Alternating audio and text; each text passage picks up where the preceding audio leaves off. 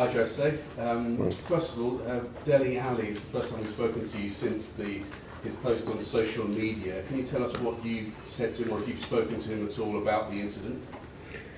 Yeah, of course I spoke with him about that. But for me, it was quite easy conversation because he was very sorry about, let's say, the mistake, but was never his intention to hurt, was not his intention to offend. He immediately regretted, he immediately recognized that was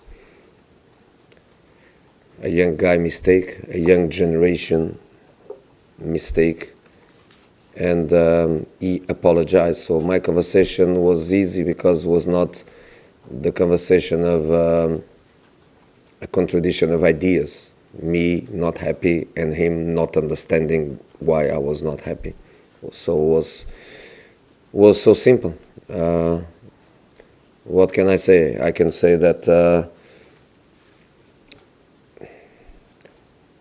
he regrets, and for me that's the best feeling that he can show. And to have the humility to apologize, I think is also remarkable, because sometimes these young people, they make mistakes and they don't realize they make the mistakes.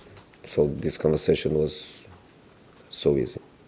And you mentioned there that he understood where you were coming from. Were you unhappy? Did you express disappointments? You know, I have a son and a daughter basically at the same age as Dele and many of my players. I know what social media is for this a public person like football players are. They have to know, and they have to be very, very careful. Of course, I repeat, Dele is a great guy.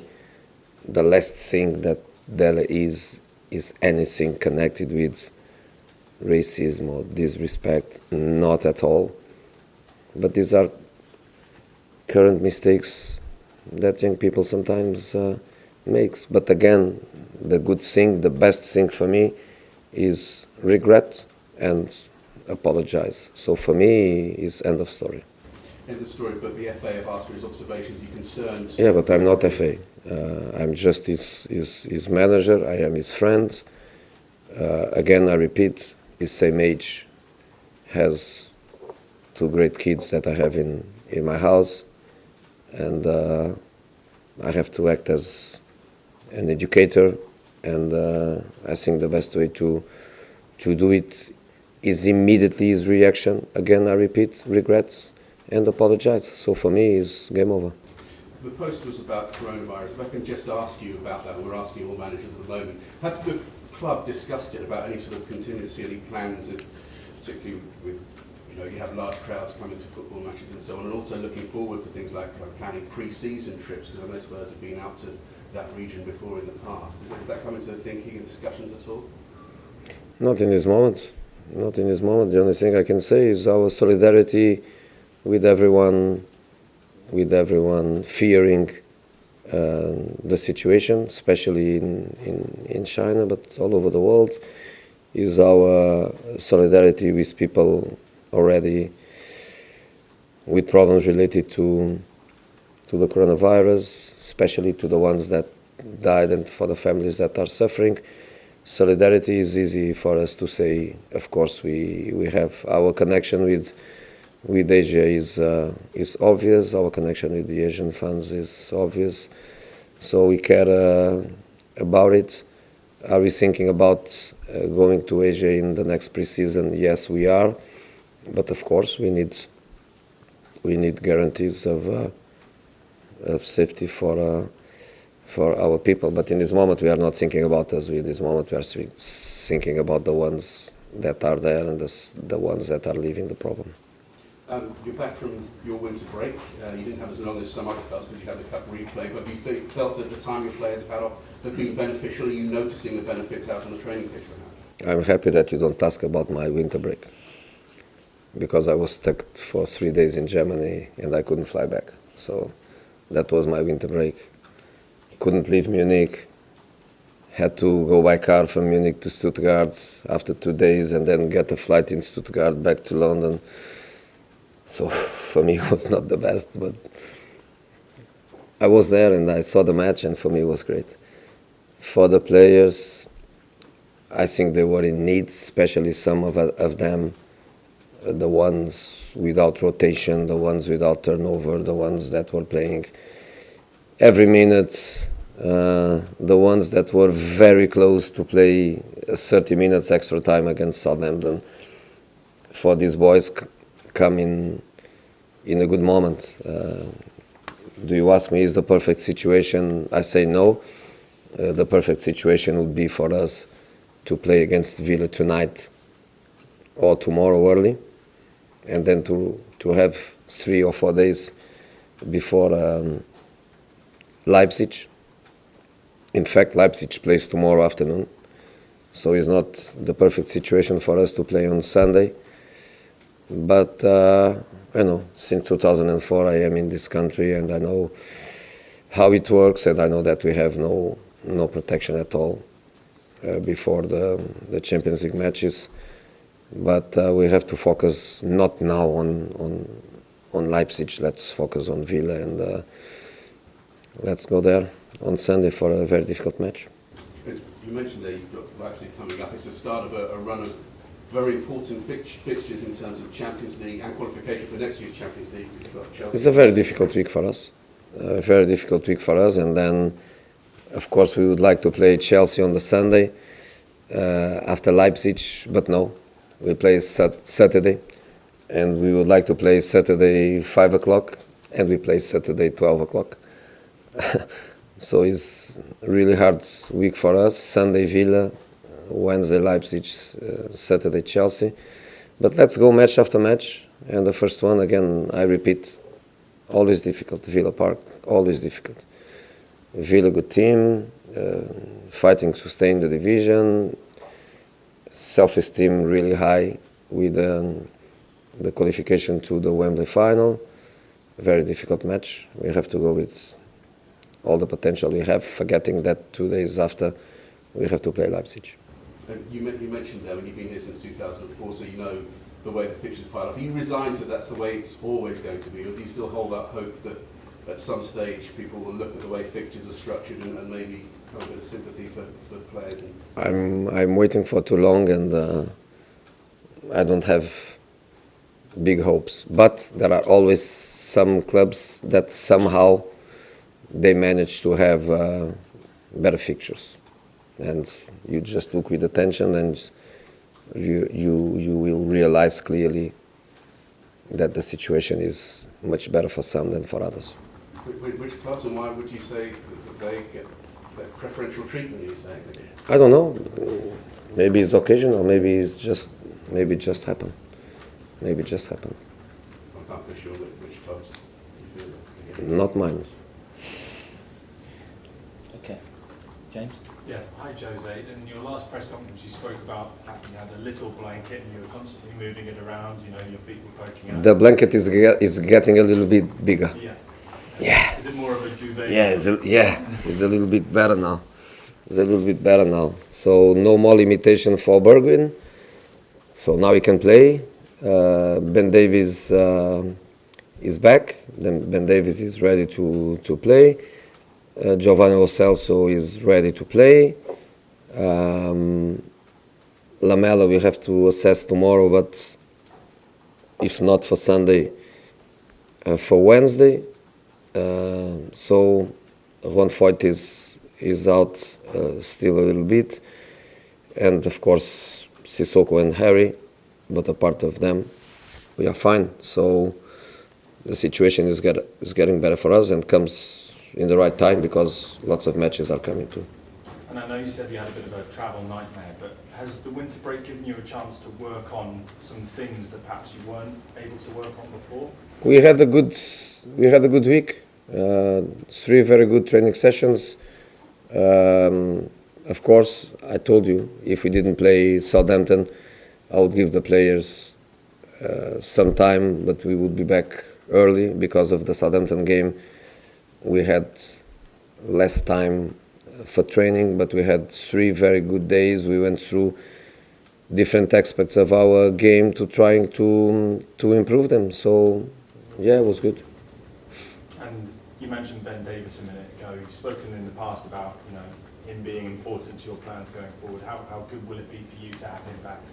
Yeah, in this moment he is back, but he's not back ready to play 1, 2, 3 matches in a row. He's not in the top of his condition. He's not injured. He's training with the team.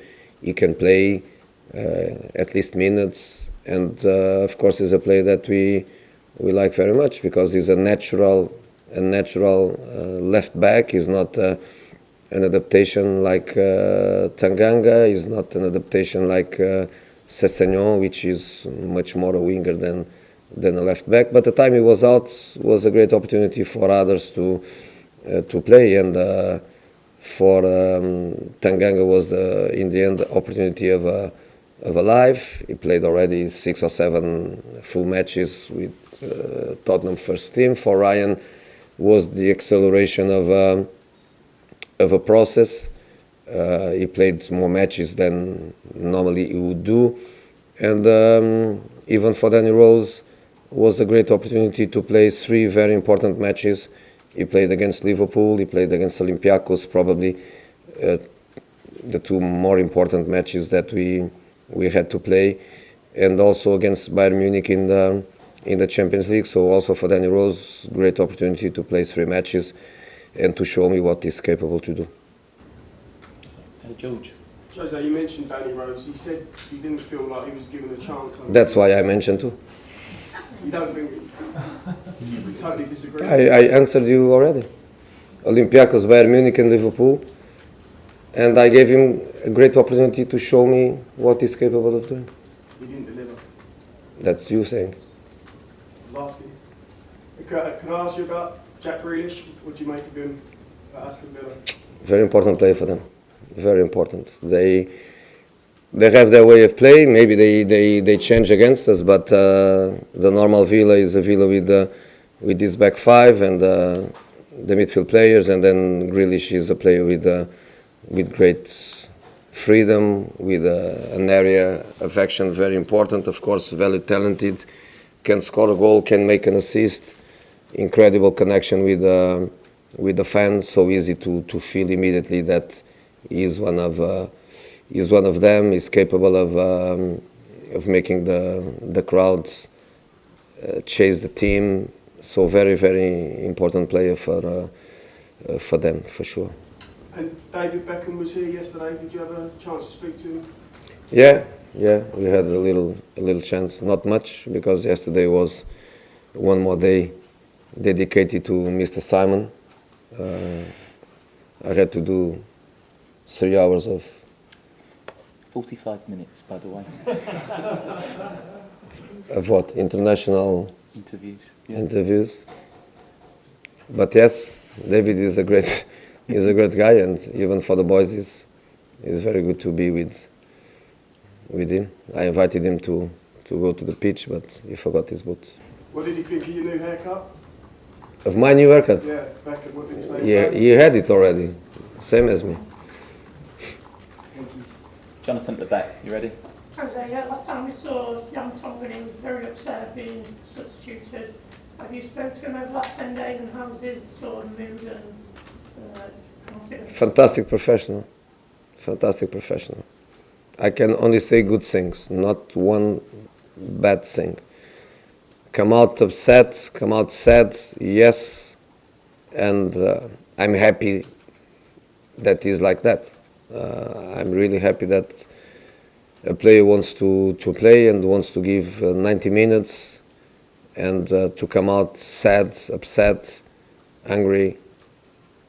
I accepted that very, very well, especially because he showed respect towards my decision and towards the team. And in the end of the game, 3 points for us, and not 3 points, qualification to the next round. And he was as happy as everybody else. And by the way, because you spoke about Jan, I connect immediately. Jan with his big mate Toby. Congratulations to Toby and to his family, because he was dad of a little baby last night, so everybody happy with that too. Will you put Toby involved with the weekend then, or will you have some time away? For what? Toby, for his, Time away for what? because his wife's so late. No, his wife takes care of the baby. That's a top professional. His wife takes care of the baby. He was there in the moment. He stays there one more day with his wife, with his new baby, enjoying a great moment for the family. And tomorrow, back to his job. Ali. Jose, you said in your early weeks when you joined the club that you preferred a sitting player and a passer in your midfield come duo. Giovanni Lo Celso, is he kind of making a play for that passer role now, or do you feel he fits better in a three? I think Giovanni had first of all, he showed incredible personality, because clearly, and I'm not going to deny it also because it's easy for you to understand it, when he arrived, I didn't give him a big opportunity to play, or 1 or 2 or 3 matches in a row. So he had to be strong mentally to cope with that. I think when a new manager comes to the club and doesn't give you immediately chances, I think maybe you feel, wow, he's not in love with me. He was not as lucky as some other players. Some other players, I gave them immediately starting, I gave him immediately big matches to play, like I did with Danny Rose, for example. With Gio, no. So Gio had to be strong mentally to cope with that. And then, with this work, with this quality, with this personality, to be honest with you, I think he can play now. I think he can play everywhere. Everywhere. I think he can play number 10. I think he can play number 8. I think he can play double midfield player like he did already with wings, if I'm not wrong. He can play on the right side. He can play on the left, in spite of he prefers on the right and on the left. I think he can play everywhere. Everywhere. I'm so happy with him. And that's it. I like him very, very much. I really like him very much. Just one last one for me. Are you going to have to rotate a lot over these next 3 matches, or are you confident the players are fresh enough? You know, some positions we can, some other positions we cannot. That's the basic thing of it. They are not coming from a period of fatigue. You are right. They are not coming from accumulation of fatigue. But I think when you arrive on the 3rd match of the week, only with 2 days in between, and Saturday they cannot even sleep a little bit. They have to wake up 8 o'clock to go to Stamford Bridge and play. I think for the 3rd match you have to be a little bit careful, and maybe you have to do a little bit of rotation in between matches. But in this moment we focus on Villa. It's difficult enough for us to be sharing our concentration with other matches. Let's go for Villa, and for Villa we go with the best team possible to try to win the points. Okay, Stanley, please. Jose Tanganga has done very well when he got into the team. Has he done enough to deserve an improved contract and perhaps a permanent locker in the first team dressing room? He's already in the dressing room with Skip. Both fantastic kids, both kids that we believe a lot. The difference is with Jeffet, the big opportunity appeared. With Skippy, not yet. I didn't give him yet the big opportunity to start matches and play many minutes. But both in the first team dressing room, and of course our objective, what we are working on, is to make them Tottenham players for many years.